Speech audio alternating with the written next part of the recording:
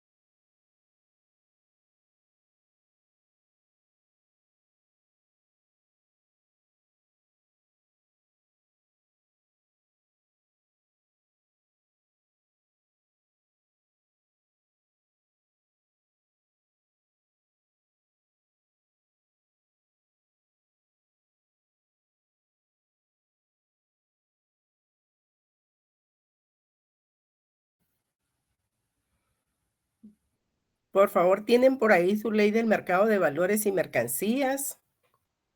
Su ley de derecho de autor y conexos. Sí, licenciada. Su ley de propiedad industrial. Sí, licenciada. Su código de comercio.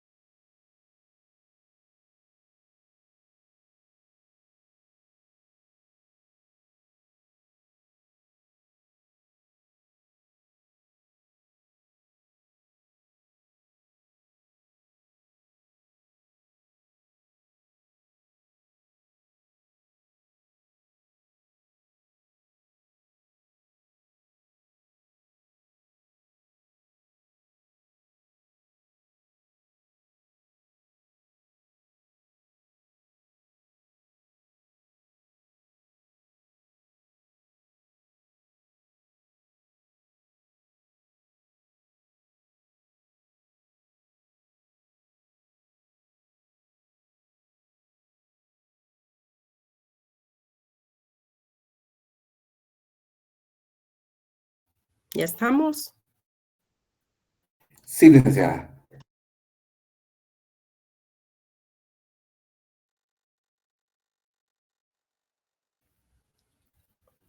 Por favor, díganme el nombre completo de los contratos que encontramos en la Ley de Derecho de Autor y Derechos Conexos y el artículo donde se encuentran.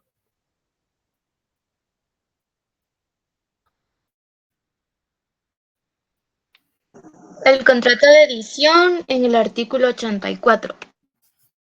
Muy bien, Andrea. El contrato de representación y ejecución pública está en el artículo 93. El contrato de fijación de obra está en el artículo 101. Muy bien, Andrea. Entonces ahí tenemos 3 contratos, ¿sí? ¿Sí? Léanos el contrato de edición, Andrea, ahí en el 84. Ok, voy. Artículo 84.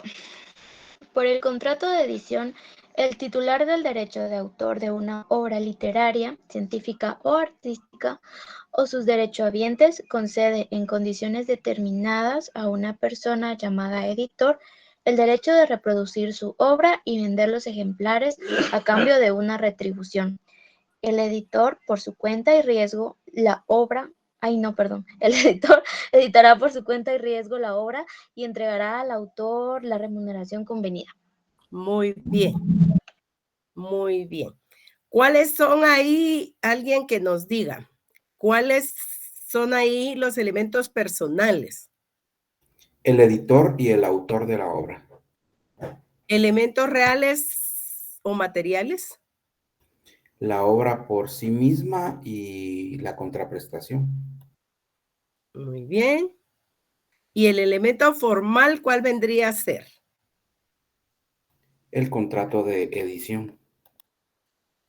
¿En qué forma lo vamos a tener, valga la redundancia, la formalidad? Ahí Por en la documento forma. privado o escritura pública, licenciada, no especifica directamente. Por escrito, ¿verdad? Por escrito. Entonces tenemos ahí el contrato de edición. Alguien que nos lea el contrato de representación e ejecución pública.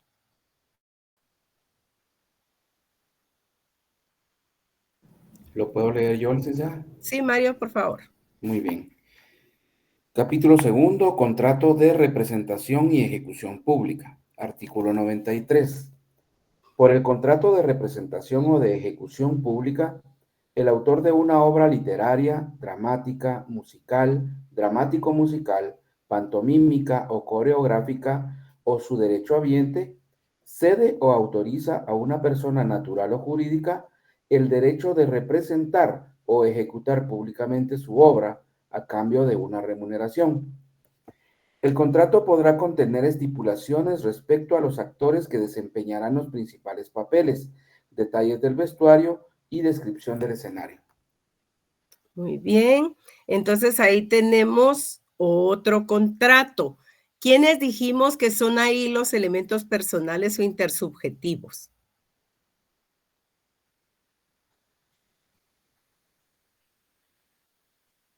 Sería en este caso el autor de la obra Ujú. y el representante. ¿Será el representante ahí? El empresario de espectáculos, licenciada. El empresario, ¿verdad? El empresario, porque él va a ser la persona que va a contratar con el autor para la representación de la obra. Ahora, ¿quiénes la van a representar? Eso ya es otra cosa. ¿Cuáles tenemos ahí como elementos materiales o formal o reales del contrato?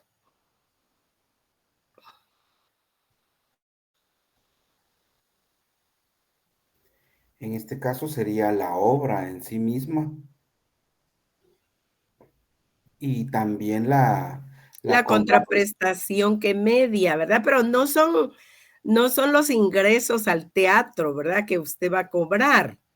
Eso no es el elemento material. Si bien es cierto, es dinero, no es la contraprestación, sino la contraprestación es la remuneración en dinero que negocia el autor con el empresario para autorizar la representación de esa obra en público.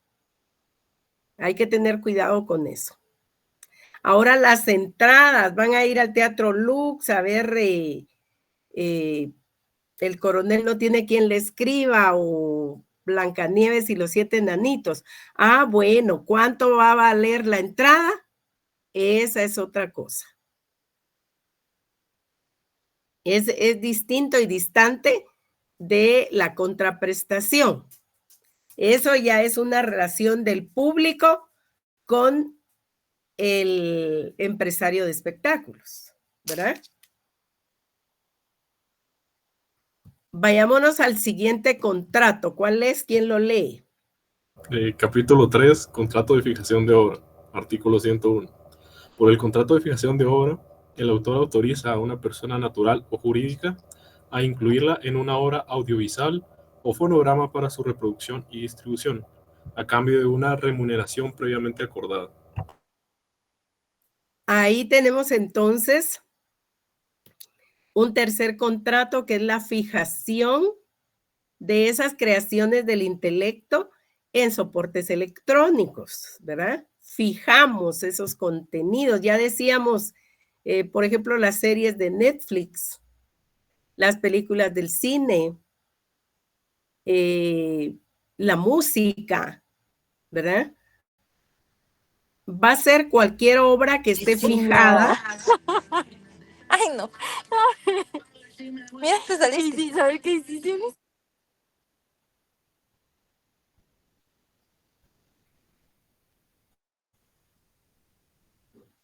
Les decía, cualquier obra, puede ser científica, puede ser musical, puede ser artística, puede ser literaria. Una vez esté fijada en un soporte electrónico, va a mediar un contrato de fijación de obra, eso que se les quede, porque ya son solo repasos, ya en una semana exactamente están empezando segundos parciales, si no les ha caído el 20. Ya tienen parciales a partir del 15, yo creo. Así es, Lic. Nosotros parece que nos examinamos el 17.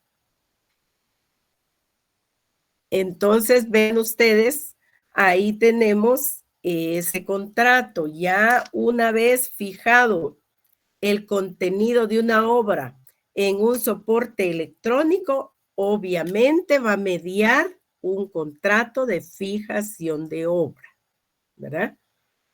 Ya sea cuales fueren las clases de obra que pudieran estar fijadas en el soporte electrónico. Eso ya no importa. Elementos materiales, ahí, ¿cuáles tenemos? Tenemos la obra y la remuneración que recibe el autor. También, ¿verdad? Los elementos personales, ¿cuáles dijimos ahí? El autor y el productor. El autor y el productor. Yo les ponía ejemplos, por ejemplo, Sony Music, ¿verdad? Es un productor. Ustedes dirán Tommy Motola, pero igual Sony Music es el nombre de la persona jurídica que realiza las producciones, entonces productor. Metamorfosis, les colocaba el ejemplo, es otra productora, ¿verdad? Entonces ahí tenemos al autor siempre, porque va a haber una obra, y al productor, ¿verdad? Tenemos el elemento formal que es igual para los 3 contratos. ¿Cuál es? O para los 4, yo creo. Que debe constar por escrito y... Que debe constar por escrito. Ahora, no obstante que la ley establece que debe constar por escrito, nosotros vemos que hay libertad de contratación, ¿verdad? Porque se va a manifestar en las cláusulas escriturarias, si fuera una escritura, o en el contenido del contrato. Se va a manifestar la voluntad de los contratantes, pero con el límite, usted no lo puede hacer verbal. Es su voluntad, le va a dar forma a su voluntad de contratación, pero va a ser por escrito, ¿sí? Ahora vayámonos a la ley de propiedad industrial. ¿Qué contrato tenemos ahí y quién lo lee?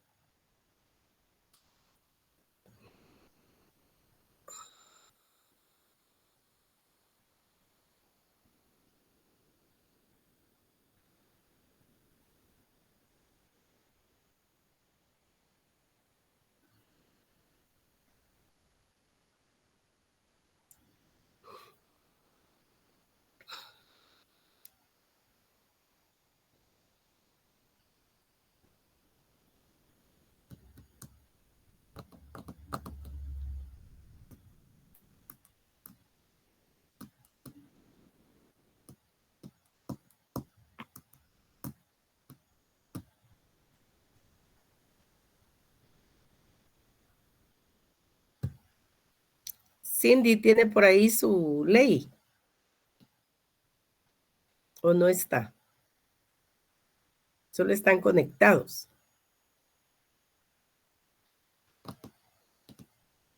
¿La tiene por ahí, Cristian?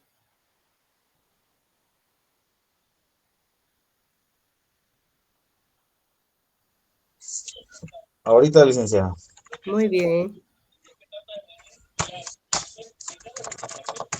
Sí. Si quiere la siguiente pregunta, licenciada, si estaba en el baño, disculpe. Vale. Encontremos ahí nuestra ley de propiedad industrial. ¿No es el artículo 45, licenciado? Por favor, Diego. El artículo 45, licencia de uso de marca.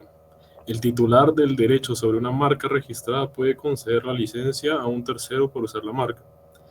El contrato de licencia debe constar por escrito. Si es otorgado en idioma distinto al español, el documento deberá ser debidamente legalizado y contar con traducción jurada. Salvo estipulación en contrario que conste en el contrato de licencia, serán aplicables las siguientes normas. A. El licenciatario tendrá derecho a usar la marca durante toda la vigencia de su registro, incluidas sus renovaciones, en todo el territorio del país y con respecto a todos los productos o servicios para los cuales estuviera registrada la marca. B. La licencia no podrá ser cedida por el licenciatario, quien tampoco podrá otorgar sublicencias y no será exclusiva, pudiendo el titular otorgar otras licencias. C. El licenciatario o exclusivo podrá ejercer en nombre propio las acciones legales de protección de la marca como si fuera el titular de la misma. Y D. Cuando la licencia se hubiese concedido como exclusiva, el titular no podrá conceder otras licencias en el país para la misma marca, para los mismos productos o servicios, ni podrá usar por sí mismo la marca en el país respecto de esos productos o servicios. Ahí tenemos entonces el contrato de licencia de uso de marca. Pero para que nosotros entendamos, porque la licencia de uso se entiende.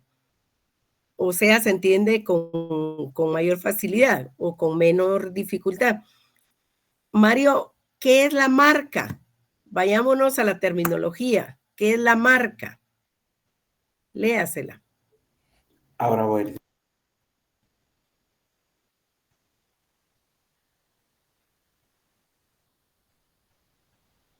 Si quiere la leo, licenciada. Por favor, Cristian. Marca, todo signo denominativo, figurativo, mixto, tridimensional, olfativo, sonoro o mixto, que sea apto para distinguir los productos o servicios de otros similares en el mercado de una persona individual o jurídica, de los de otra y que pueda ser objeto de una representación gráfica. Muy bien. Entonces, ¿cómo resumimos lo que es la marca? Es todo signo distintivo. Eso es. Todo signo distintivo para un producto es marca. Entonces ya se les facilita un poco más, yo creo. ¿Quiénes son los elementos personales en el contrato de licencia de uso de marca? Es el licenciante y licenciatario. El licenciante y el licenciatario. No vayan a decir licenciante y licenciado. Licenciado es que usted quiere que le digan, pero para eso tiene que estudiar un montón. Entonces, tenemos al licenciante. ¿Quién es el licenciante, Dulce?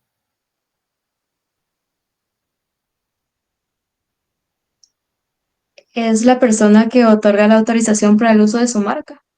Para el uso de la licencia, ¿verdad? Autoriza el uso de la marca, ahí es la licencia. Entonces tenemos al licenciante. ¿Y quién es el licenciatario? Es la persona individual o jurídica que va a hacer uso de esa marca. Muy bien, tanto el licenciante como el licenciatario pueden ser personas individuales o jurídicas, igual que los que vimos anteriormente. De acuerdo con lo que nos decía Diego del contrato de licencia de uso de marca, ¿qué clases de contratos de licencia de uso de marca vamos a tener? Él lo dijo. ¿Cómo va a ser la marca? ¿Cómo va a ser el uso?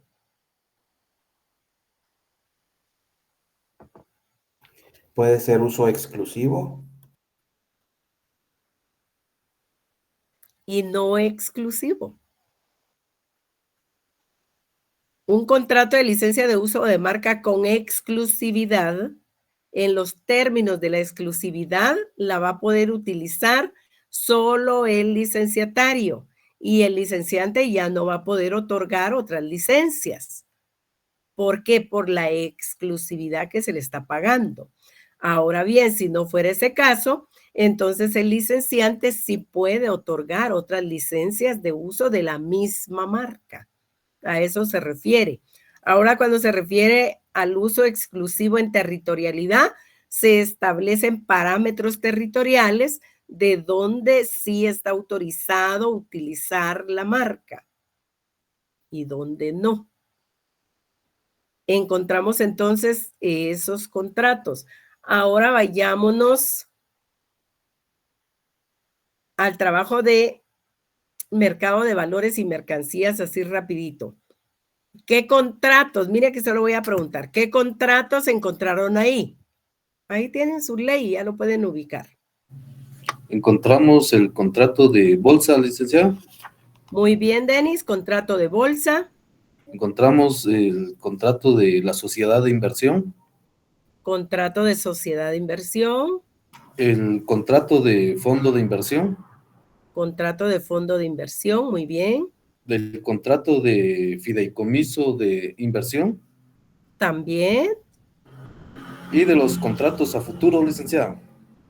Contratos a futuro. ¿No habrá otro por ahí? Contrato de suscripción de valores. Suscripción de valores. ¿Hay otro por ahí? Solo uno les falta. Contrato de opción bursátil, le encontré yo anterior. Ese es accesorio.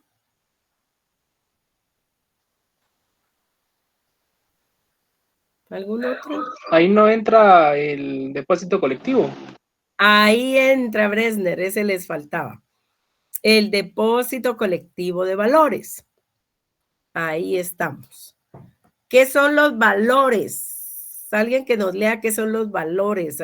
Solo la parte conducente, no todos. Artículo 2, licenciada, definiciones. A. Valores. Se entiende por valores todos aquellos documentos, títulos o certificados, acciones, títulos de crédito típicos o atípicos que incorporen o representen, según sea el caso, derecho de propiedad, otros derechos reales, de crédito u otros derechos personales o de participación. Los valores podrán crearse o emitirse y negociarse a cualquier título mediante anotaciones en cuenta. Muy bien. Entonces vamos a encontrar que valores son todos los documentos, los títulos, las acciones, los certificados, los contratos que la ley establece y que como tales tienen incorporado un valor económico, un valor dinerario, quiere decir. Entonces, todos los documentos que contengan valores dinerarios, no importa su forma, no importa cualquier otra circunstancia, son concebidos, entendidos e interpretados como valores. Eso quiere decir. Entonces tenemos ahí los valores. Por ejemplo, si ustedes tienen títulos de crédito, son valores. Hay contratos, son valores. Si ustedes encuentran anotaciones en cuenta, son títulos de crédito desmaterializados. Si ustedes tienen certificaciones de bienes inmuebles, por ejemplo, o de cualquier otro bien dinerario, son valores. Eso es para que se hagan la idea más amplia de los valores a los que se refiere la ley del mercado de valores y mercancías. Si se dan cuenta, estamos trabajando las leyes conexas. Ley de almacenes generales de depósito, ya la vimos. Ley de derecho de autor y conexos, ley de protección al consumidor y usuario, vimos ahí los contratos de adhesión, ley del mercado de valores y mercancías, ley de propiedad industrial. Mínimo tendrían que estar leyendo unas sus 6, 7 leyes ya. Entonces, si no las tienen, agénciense de ellas porque es muy importante irlas agotando. Así tienen manejo de leyes, así más rápido encuentran sus fundamentos legales, Mario. Muy bien. Encontramos entonces que tenemos esa contratación en la Ley del Mercado de Valores y Mercancías. Vamos a ir viendo ahí esos contratos que ya ustedes tienen una noción porque ya realizaron un trabajo. Pero previo a eso, ¿se recuerdan que vimos el contrato de hospedaje? ¿Sí? ¿Qué pueden decir del contrato de hospedaje? Vamos a ver si de verdad están aprendiendo ustedes o no. Yo le podría decir que el contrato de hospedaje es un contrato típico mercantil, ¿verdad? Cuyos elementos personales son el hotelero, que es la persona individual o jurídica que presta esos servicios y otros conexos. Y también el otro elemento personal es el huésped, que es la persona que hace uso del servicio de hospedaje y otros conexos. Sus elementos reales son la tarifa, ¿verdad? Que es autorizada por el Instituto Guatemalteco de Turismo. Muy bien. Sí, y pues el hospedaje, que puede ser simple y puede ser complejo, ¿verdad? Cuando hablamos de hospedaje simple, pues solamente se refiere o se limita al uso de la habitación y a la guarda y custodia de los bienes del huésped. Ajá. Cuando el alojamiento es complejo, pues ya incluye alimentación y otros servicios. Los elementos formales que este contrato contiene son la libertad de forma y que puede constar mediante un formulario. Eso es lo que yo podría decirle, licenciada. ¿Alguien más que nos pueda apoyar ahí con el contrato de hospedaje?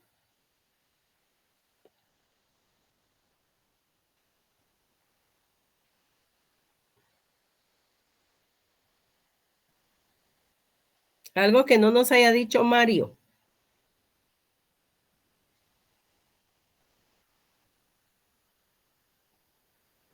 Sus características, licenciada. ¿Cuáles son, Sonia? Que puede ser bilateral, consensual, oneroso, de tracto sucesivo, por adhesión y en la mayoría de los casos. ¿Y cómo define usted o cuál es la razón por la que usted dice que tiene esas características? Primero, es bilateral, licenciada, porque existen dos en el contrato. Segundo, que es consensual, porque ambos están de acuerdo, tanto el huésped como quien presta el servicio está de acuerdo en la habitación, todo esto, ¿verdad? Es oneroso porque siempre hay un precio de tracto sucesorio, porque definitivamente si es una semana de hospedaje, cada día pues representa, ¿verdad? Ese contrato. Y como es de adhesión, no se necesita mayor cosa. ¿Sí lo entiendo yo, licenciada? Muy bien. ¿Algo más que nos quiera aportar ahí, Marta Lucía? Los elementos reales, licenciada.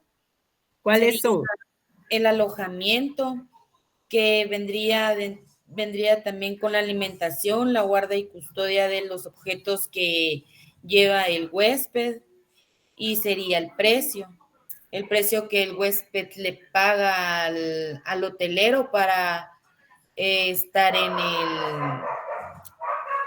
en el contrato de adhesión. En el contrato de hospedaje. En el contrato de hospedaje, que sería que podría ser también un contrato solamente de adhesión. Muy bien. El formulario de hecho ya es adhesivo, ¿verdad?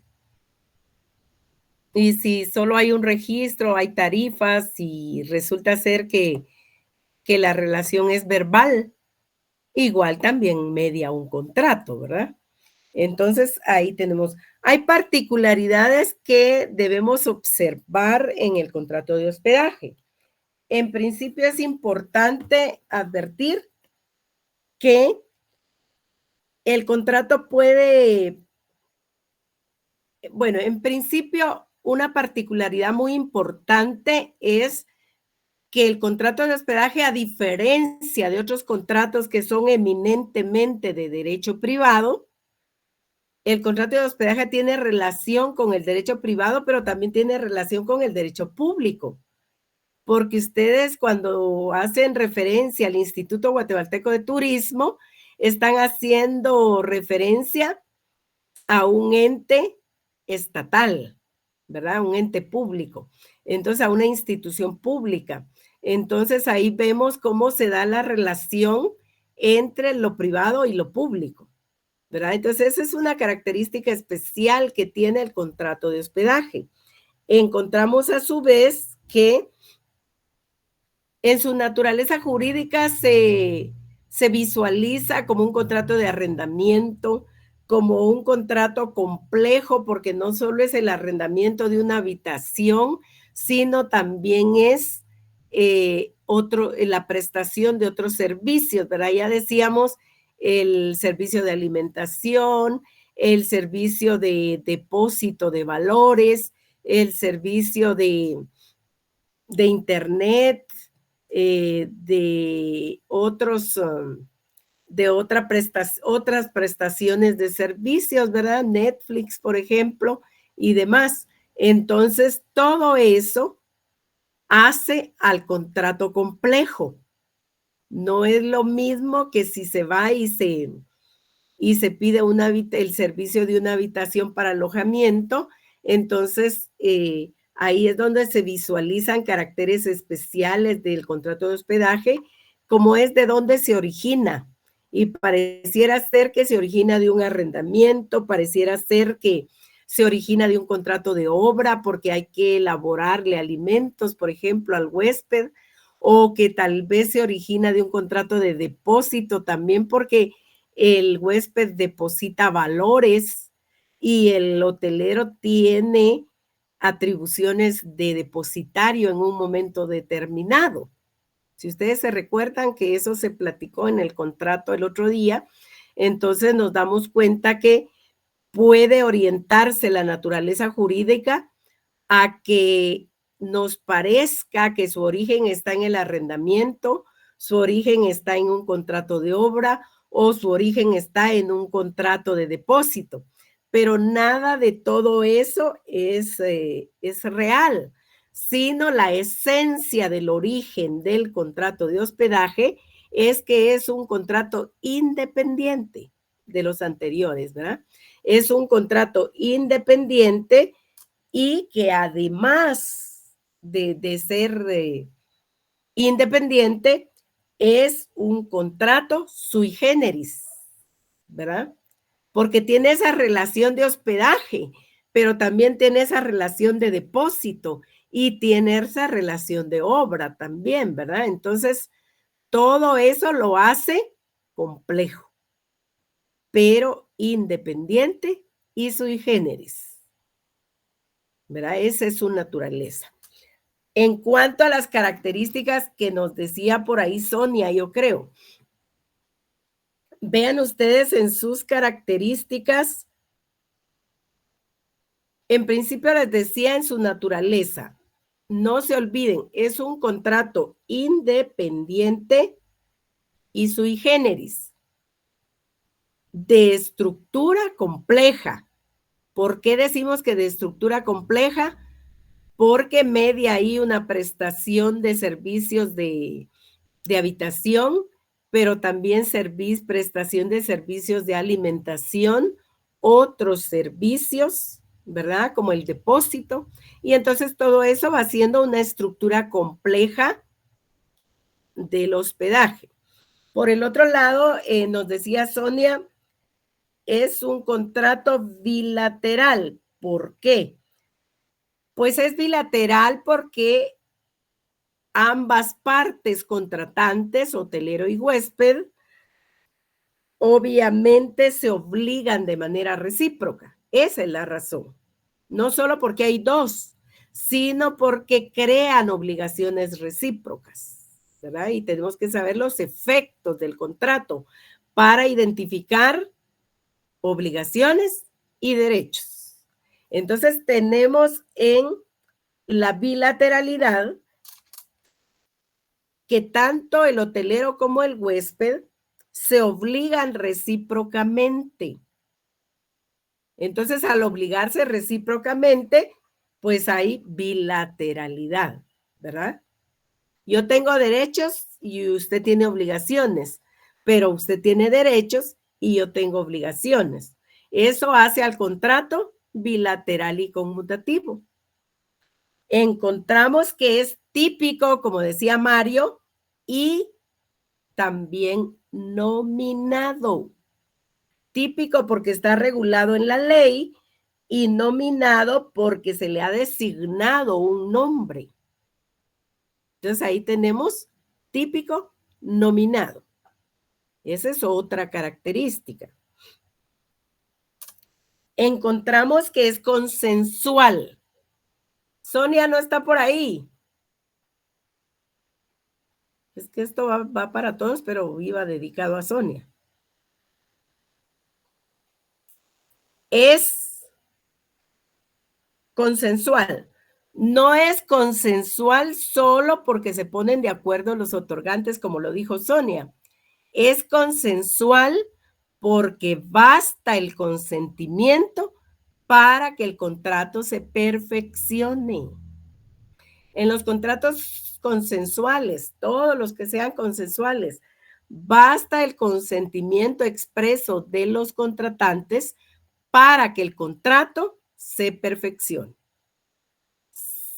En el contrato que es con una característica real, no basta el consentimiento de las partes, sino deben hacer entrega de la cosa objeto del contrato y de la contraprestación para que el contrato se perfeccione. Entonces vean qué diferencia. Solo con el consentimiento expreso de las partes contratantes, el contrato se perfecciona. Entonces el hospedaje es un contrato consensual. ¿Por qué decimos que es oneroso? Pues es oneroso, obviamente, porque se estipulan provechos y gravámenes para ambas partes, ¿verdad? El huésped se va a beneficiar con el uso de la habitación, pero el hotelero se va a beneficiar con el pago del hospedaje, ¿verdad? En tarifa. Encontramos que es un contrato complejo. ¿Por qué decimos que es un contrato complejo? Encontramos que porque contiene prestaciones de diversa clase.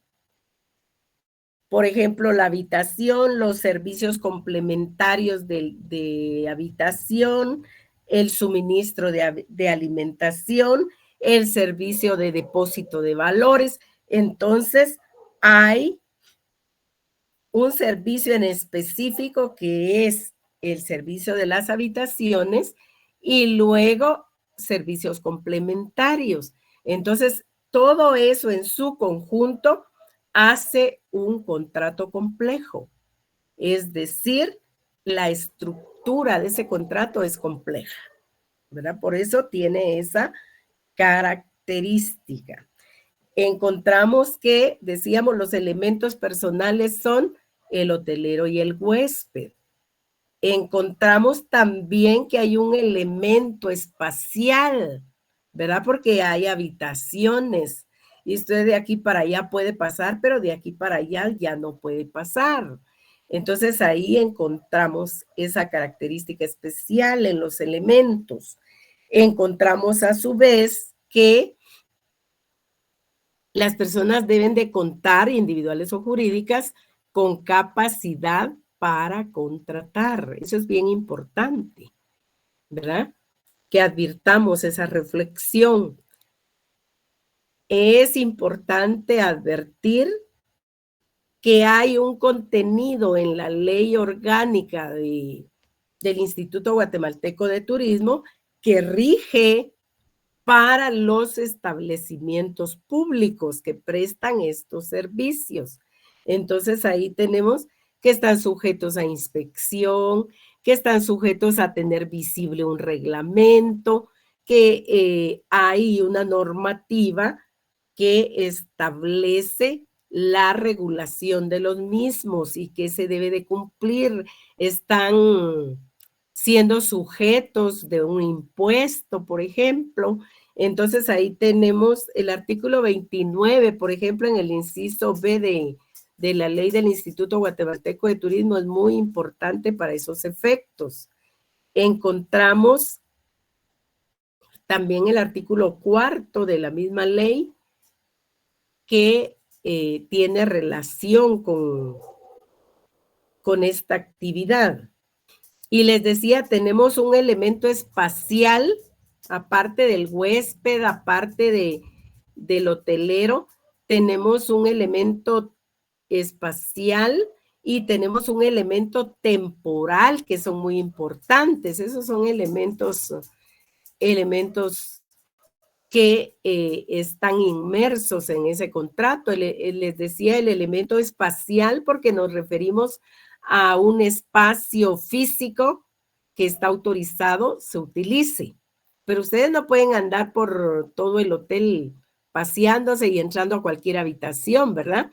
Si no hay delimitación espacial, ese es un elemento espacial. Pero también tenemos el elemento temporal. ¿Por qué tenemos el elemento temporal? Porque la permanencia del huésped va a ser usualmente breve, ¿verdad?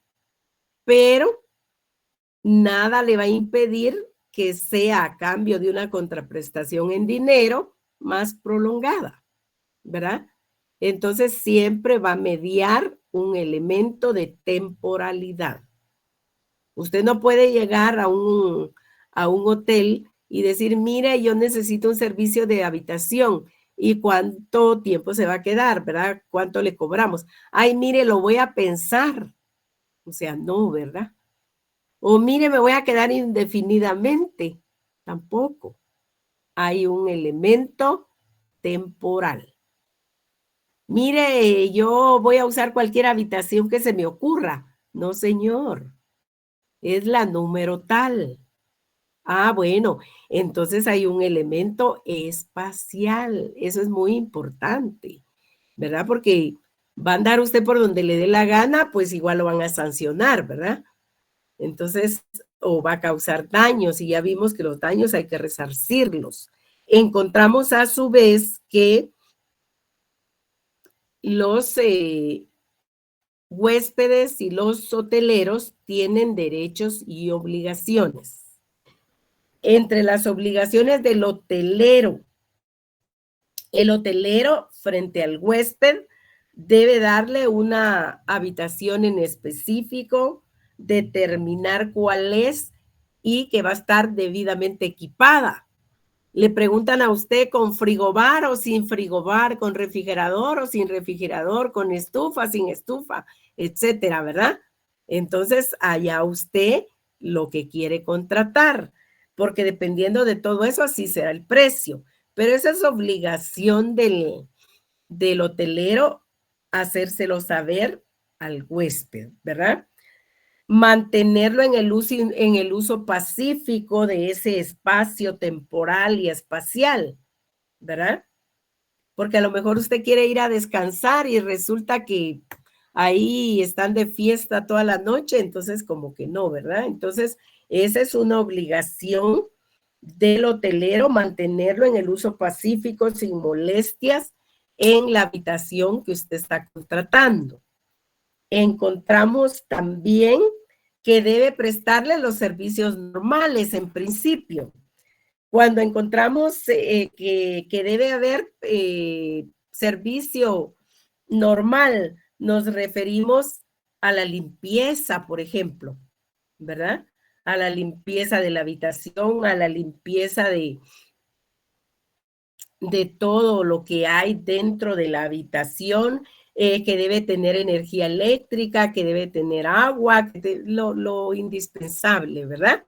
Entonces, eso es obligación del hotelero al huésped, igual que suministrarle los alimentos que han sido pactados en el contrato, ¿verdad?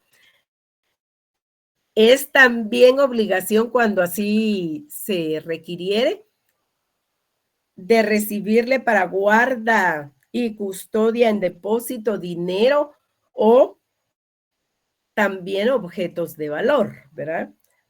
Y expedirle el resguardo, el recibo correspondiente por esos bienes que usted está depositando. A contrario sensu, puede negarse cuando los valores son de valor extremo, valga la redundancia, y no hay la seguridad específica para que puedan resguardarlos. Entonces ahí se libera de esa responsabilidad el hotelero. Encontramos a su vez que si hay daños, pues obviamente si hay responsabilidad del hotelero, pues deberá resarcirlos conforme lo contratado. Respecto de el huésped al hotelero, en principio debe pagar el precio del hospedaje, ¿verdad? El precio de la habitación, incluye alimentación, incluye otros servicios, etcétera. Entonces, le entregan controles para el televisor, le entregan controles para el internet, etcétera. Entonces, usted debe hacer efectivo el pago que corresponde en concepto de un hospedaje complejo, por ejemplo, viendo cuáles son las tarifas que deben estar autorizadas, en este caso por el Instituto Guatemalteco de Turismo, eso lo establece la ley orgánica. El uso conveniente de la habitación, no le puede dar un uso distinto para lo que la habitación en términos de normalidad está establecida. Y por el otro lado, pues observar los deberes de respeto y buena educación y comedimiento hacia los demás huéspedes o cumplir con las reglas de higiene, de moralidad, de buen comportamiento respecto de el lugar que está compartiendo con otros huéspedes, ¿verdad? Porque no siempre va a ser solo usted el huésped. Entonces, ahí tenemos obligaciones del huésped para el hotelero. Por el otro lado, tenemos que hay causales de extinción. Recuérdese que en todos los contratos, porque aquí no vamos a desarrollar 1000 contratos, porque no da tiempo. Pero lo que sí vamos a aprender es cómo se aprende a estudiar contratos mercantiles. Esa es la finalidad. Entonces, vean, hay causales de extinción. Entre las causales de extinción hay una que siempre van a encontrar que aparezca en todos los contratos. Por vencimiento del plazo. ¿Verdad? Porque si vence el plazo, no es prorrogable o no hay prórroga, entonces encontramos que no hay más contrato. Se extingue. ¿Pero por qué se extingue? Por vencimiento del plazo. Por vencimiento del plazo. Entonces encontramos dentro de las causales de extinción que la primera va a ser por vencimiento del plazo pactado en el contrato, ¿verdad? Esa es la primera, por el transcurso del plazo convenido. Pero también tenemos que puede darse por concluido porque haya violentamiento de las normas o de los reglamentos que regulan el hospedaje. Entonces ahí puede darse la extinción también. Mire, usted está haciendo escándalo aquí en el hotel y eso es contrario a las normas de sana y buena convivencia. Entonces, por favor, me guarda su equipaje y hasta luego. Entonces, ahí es una causal de vencimiento, extinción del contrato. Encontramos que, aparte de la violación de esos pactos a los reglamentos, también va inmersa la posibilidad de que el huésped se ausente. No sabemos dónde está. Transcurren más de 72 horas, o sea, 3 días, y el huésped no aparece. Entonces, ¿qué pasa ahí? No deja aviso, no regresa, no hay alguna advertencia, ya transcurrieron las 72 horas, entonces se da por concluido el contrato de hospedaje. ¿Qué pasa si el huésped no hace efectivo el pago por servicios contratados en el contrato de hospedaje? causal de extinción del contrato. Y si hay otras causales que se puedan aludir, de acuerdo a lo convenido en la contratación, se da por extinguido el contrato. ¿Qué pasa en el caso que ya no aparece el huésped? A ver, cuéntenme, porque eso ya lo vieron. ¿Qué pasa?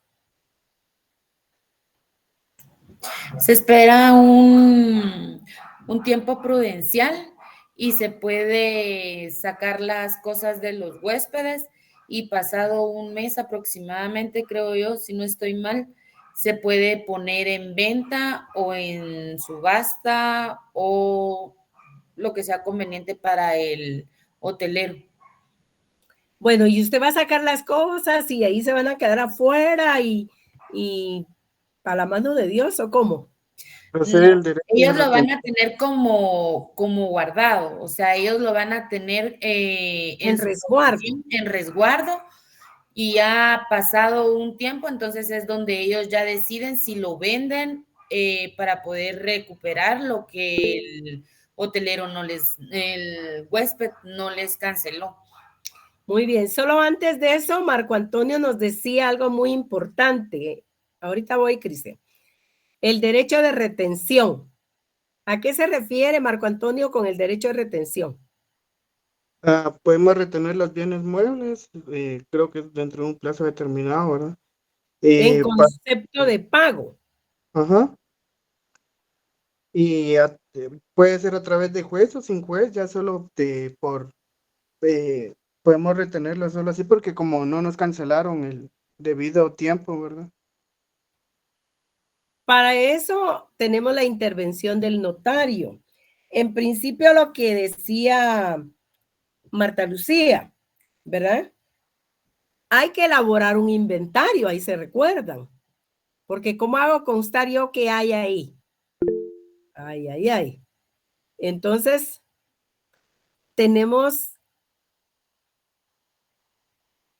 en principio tenemos que elaborar un inventario. Luego que se va a pedir, ¿verdad? Que se vayan a inventariar los bienes, necesitamos presencia de testigos, ¿verdad? Vamos a sellar, vamos a resguardar, como decía Marta Lucía, las maletas, lo que haya ahí, objetos que se encuentren cerrados quedarán cerrados, lo que no se resguardará. Y obviamente los bienes que se han extraído por el hotelero y se han inventariado, pues se van a vender, como decía por ahí Marco Antonio, porque está el derecho de retención que se aplica en materia de derecho mercantil. Entonces necesitamos la intervención del notario, ¿verdad? Necesitamos la intervención del notario. Y si transcurrido el plazo que la ley otorga, que son los 30 días que decía Marta Lucía, no ha cancelado el huésped esos servicios, pues entonces del precio de la venta se van a cubrir los gastos de la misma y el derecho de pago al que tiene el hotelero. Posteriormente, entonces, si hay un saldo, ese saldo va en depósito a una cuenta en una institución bancaria y finalmente hay que esperar un plazo. ¿Alguien se recuerda cuál es el plazo? 5 años, licenciado. 5 años. Si transcurridos 5 años no aparece el huésped, porque el remanente sería para el huésped, ¿verdad? Remanente es sobrante. Entonces, pasa esto a beneficio de la Universidad de San Carlos de Guatemala. Este es otro tópico muy importante, porque ¿quién garantiza que no algunos hoteles están subvencionando la educación de ustedes, ¿verdad? Entonces, ahí encontramos que pasa ya como un beneficio a disposición de la Universidad de San Carlos de Guatemala. Ya. El derecho de retención sobre el equipaje es un privilegio del hotelero, pero el derecho de retención aplica sí y solo sí para derecho mercantil. Entonces es un derecho de privilegio que tiene el hotelero porque él va a tener un derecho preferente sobre los bienes que respondan por el importe del hospedaje, ¿verdad? Entonces no pagó el huésped, pero hicimos el remate en pública subasta de los bienes y por lo tanto ya nos pagamos el servicio de hospedaje, el servicio si es complejo o no, y luego posteriormente a esa venta en subasta, que a eso se refiere la venta notarial, encontramos que se va a dar la realización de los pagos a que se ha hecho referencia, lo que fuera necesario, y finalmente pues estaremos con el remanente si hubiere, ¿verdad? Con ese saldo. Entonces a eso se refiere el contrato de hospedaje. Entonces tiene unos tópicos interesantes. Solo por el orden, Cristian quería decir algo antes, Denis. No, ya abarcó todo lo que iba a decir, licenciada. Ah, bueno, perdón. Sí, Denis.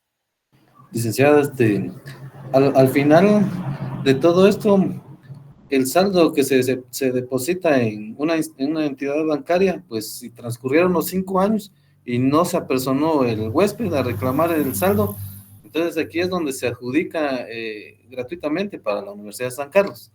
Así es. Ahora, ¿qué pasa? Que si este hotel no está autorizado, licenciada. ¿Quién no está autorizado? Digamos que hubiera un hotel que solo porque la leyenda diga hotel, pero si no está autorizado, ¿qué pasaría ahí? ¿No está autorizado por el Instituto Guatemalteco de Turismo? Pero igualmente hace el depósito. Sí. No pasa nada y el depósito es para la universidad. Gracias. Bueno, sí, Mario. Sí, licenciada, estábamos hablando del derecho de retención. El derecho de retención aplica únicamente para el ámbito mercantil, ¿verdad? En este caso, el hotelero tendría que ser una entidad debidamente autorizada y estar también registrado como comerciante individual o social en el registro, el registro mercantil, valga la redundancia, ¿verdad? Contar con su patente y con todos los permisos. De lo contrario, no operaría ese derecho de retención. Así es, Mario. Gracias, licenciada. Sí. Sí, lo que planteaba Denis es una excepción a la regla, pero realmente todo eso se hace en proceso de autorización, porque desde el momento en que estamos teniendo relación con el derecho público, entonces hay que cumplir normas de derecho público, ¿verdad? Tenemos, por ejemplo, la ley del Instituto Guatemalteco de Turismo, tenemos el Código Tributario también, entonces, porque está sujeto a impuestos. Entonces, vean, esa relación de derecho privado, derecho público es muy importante en este contrato, porque se unifican las dos áreas del derecho, ¿verdad? Las dos ramas del derecho público y privado, ¿verdad? Y hay procesos de inscripción en el registro mercantil, como empresa mercantil, como comerciante individual y como sociedad mercantil, ¿verdad? Porque podemos hablar de el hospedaje que está por mi barrio, pero también del Camino Real, pero también Intercontinental, pero también etcétera, ¿verdad? Entonces no crean que son pequeñitos solamente. Entonces, vean, tenemos los contratos de la ley del mercado de valores y mercancías que hay que pulir mucho porque ya el próximo día que tengamos clase vamos a estar con ellos, y el contrato de participación. El contrato de participación es un contrato pequeño que pueden estudiarlo a la luz del contrato de sociedad para que vean las diferencias, ¿verdad? Sí, Juan Gabriel. Y eso vamos a estar viendo el próximo día. Así es que para que no lleguen en blanco. Que tengan buena noche y éxitos en notariado. Licenciada, perdone, entonces sí vamos a tener clases el día Buenas noches, lunes. licenciado. Y el día ¿Sí? miércoles, Sí, no sé licenciado, si buenas vamos a noches. tener ¿Escucha? clases, porque día martes nos corresponde Gracias, licenciada. Feliz noche. Gracias. Buenas noches, Marta.